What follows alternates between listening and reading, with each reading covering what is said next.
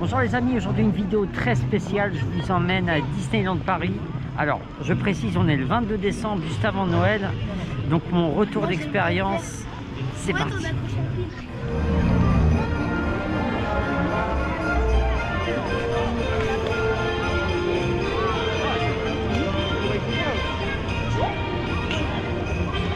C'est beaucoup plus pratique que de filmer avec le téléphone quand même.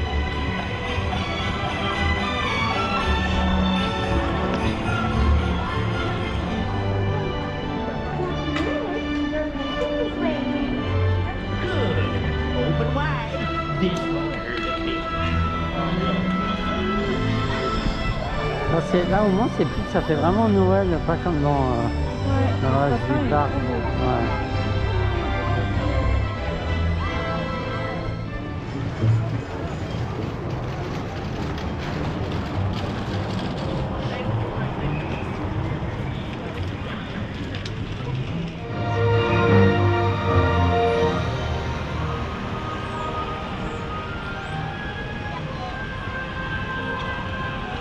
Il y a du monde pour faire le pass. Après les gens se plaignent qu'ils n'ont pas. Là-bas le pass. Ah bah je retire ce que j'ai dit. Mais il y a du monde quand même. Un restaurant. Ah. Il y a du monde au restaurant.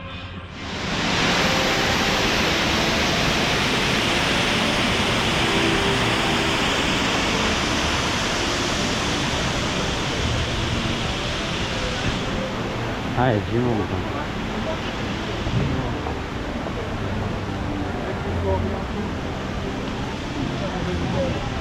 Ah, c'est là.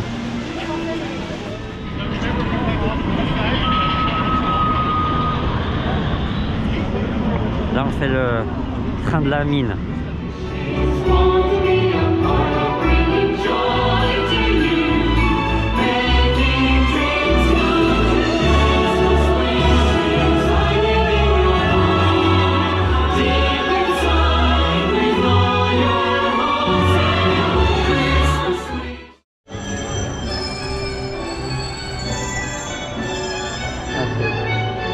J'ai raté la vie.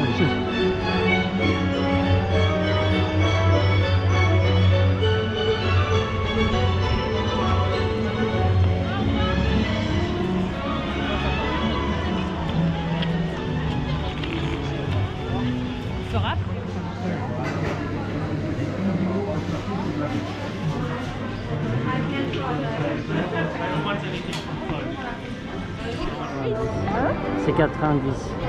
Donc il y a pas mal de monde devant Space Mountain. 90 minutes. Non, c'est 90 et 60. Non, 40 single rider, je crois, et 90.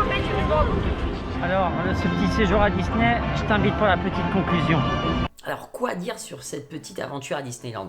Alors, déjà, le 22 décembre, je vous déconseille. Je pense qu'on s'y attendait un petit peu, mais pas d'avoir autant de monde. En fait, c'était super blindé. Alors, Disney nous dit qu'il y a des jauges, en fait, pour respecter, on va dire, les mesures sanitaires, etc. Mais franchement, on n'a rien vu. On a vu plus de monde que d'habitude qu'avant le Covid.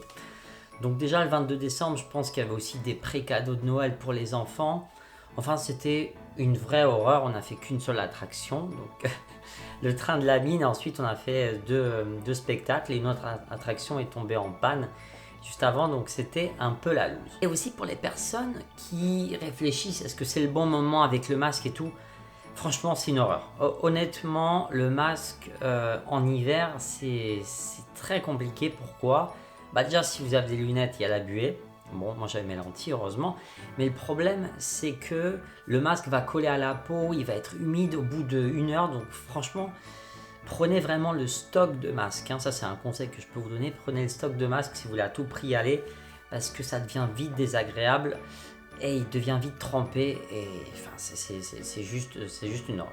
En termes de prix, alors... La magie de Disney a un prix, il est super élevé, c'est super cher. Alors déjà le prix des billets, alors je sais pas si vous êtes au courant, moi je prends les billets avec le CE, ça me permet d'économiser pas mal. Là j'ai payé une place 54 € pour les deux parcs et c'était un billet non daté, donc je pouvais y aller quand je voulais. Maintenant la politique de Disney a évolué, alors je sais pas depuis quand, mais je sais que c'était pas comme ça à l'époque. déjà on paye un prix différent en fonction des périodes. C'est-à-dire que le week-end, ça sera beaucoup plus cher. Ensuite, vous faites le paramétrage adulte-enfant. Alors, l'enfant, c'est 4 € moins cher. Franchement, c'est pas super commerçant, je trouve. Après, peut-être que Disney peut se permettre de ne pas l'être. Mais bon, je trouve pas ça fair play. Et voilà, ensuite, vous sélectionnez 1 ou 2 parcs et les non datés. Alors, sachez que si vous prenez un billet non daté, pour les 2 parcs, on est à 120 € le billet. 120 € le billet. Donc, si vous n'avez pas la chance d'avoir un CE, d'avoir des réductions spéciales, je pense qu'ils en font régulièrement, mais plein pot c'est 120 balles et c'est super cher. Le parking, 30 €. Alors je me souviens à une époque il était à 20, là c'est 30, c'est quand même beaucoup. Un petit conseil, peut-être aller au parc de la gare TGV, c'est moins cher pour la journée. Et apparemment le parking de la gare est sécurisé, ce qui n'est pas le cas de Disney. Alors je m'avance pas, mais c'est les échos que j'ai eu, j'ai pas vu de caméra en tout cas. Mais voilà, 30 € ça reste cher, surtout si c'est pas sécurisé. Ensuite, j'ai pas parlé des passes, mais bon, regardez par vous-même, c'est hors de prix. Le pass le plus cher, je crois, il y a plus de 450 par an. Et donc c'est hors de prix. Et sachez que maintenant, les fast pass n'existent plus comme avant. Je me souviens à l'époque, on pouvait réserver, puis c'était réservé aux détenteurs de pass. Et maintenant, c'est payant. Donc je crois que ça monte jusqu'à 18 €, même si vous avez le pass le plus cher à 450 € par an. Donc ça devient quand même super important en termes de budget, si vous voulez passer les files. Voilà, et dernière chose ensuite sur la tarification de tout ce qui est restauration, boutique. Alors là, ça a toujours été le cas pour le coup, hors de prix, les goodies Disney, on le sait, ça coûte méga cher. C'est pas forcément une grande qualité, mais bon, vous payez la marque Disney, ça pour le coup, c'est pas nouveau. Et en plus, les sacs craft n'existent pas, donc vous devez payer des sacs en plus, à minimum 2 €, ça va de 2 à 4 €. Donc si on additionne tout ça, le séjour devient méga cher. Et bon, c'est le prix de la magie de Disney. Comme on dit, la magie n'a pas de prix, enfin ça dépend. En ce qui concerne l'ambiance de Noël, voilà un petit récap de ce qui a été fait. Alors l'ambiance de Noël, on la retrouve vraiment dans Main Street, je crois, au tout début. Quand on rentre dans Disney, il y a un beau sapin, vous l'avez vu en vidéo, c'est super, etc. Il y a eu la parade. Bon, j'ai pas eu le temps de la regarder, puisqu'on s'est dit c'est peut-être l'occasion pour aller dans les attractions, il y aura moins de files d'attente, mais ça n'a pas marché. Mais bon, il y a eu la parade de Noël, etc. Par contre, ils n'ont pas joué le jeu à fond, je trouve, sur les autres attractions. Je sais que par exemple, le parc Astérix, alors c'était pour Halloween, ils avaient vraiment habillé toutes les attractions et c'était plus sympa.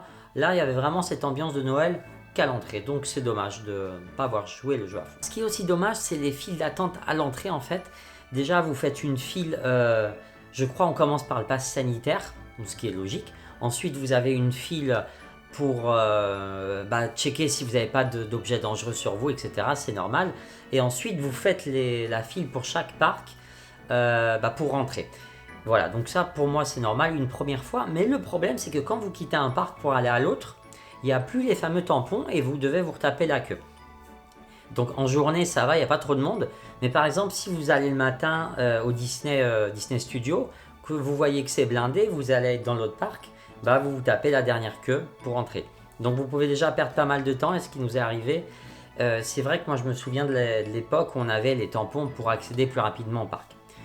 Voilà, donc ça c'est un peu dommage, je pense que ça peut être optimisé. Donc pour terminer, est-ce que je vous recommande Disney en cette période ? Alors ça dépend, si vous vraiment vous voulez y aller pour vous, pour vos enfants, etc. Alors je vous conseille vraiment de privilégier la semaine pour éviter le monde.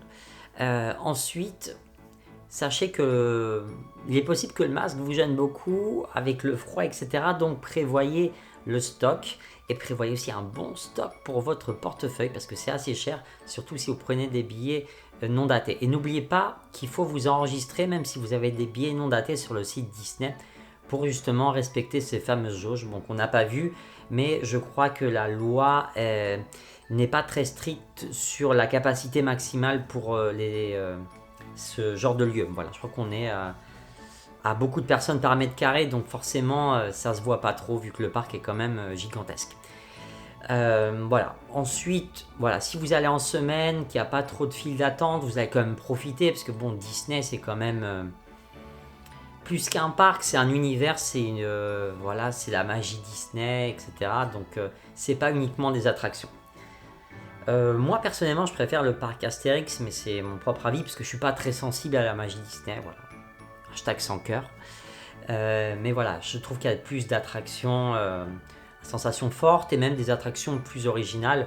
Après le problème c'est que la plupart des attractions sont quand même en extérieur, donc pour moi c'est vraiment une expérience différente. Mais voilà, si vous devez y aller, donc préparez-vous bien, je vous conseille vraiment la semaine si c'est possible, hein, bien évidemment. Tout le monde ne peut pas poser des jours facilement. Prévoyez le stock de masques et attendez-vous à quelques dépenses supplémentaires assez élevées. Voilà.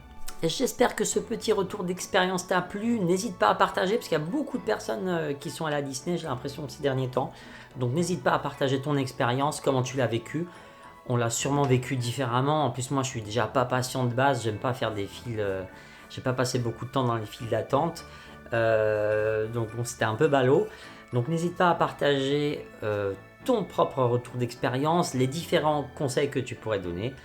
Et je te donne rendez-vous pour la prochaine vidéo.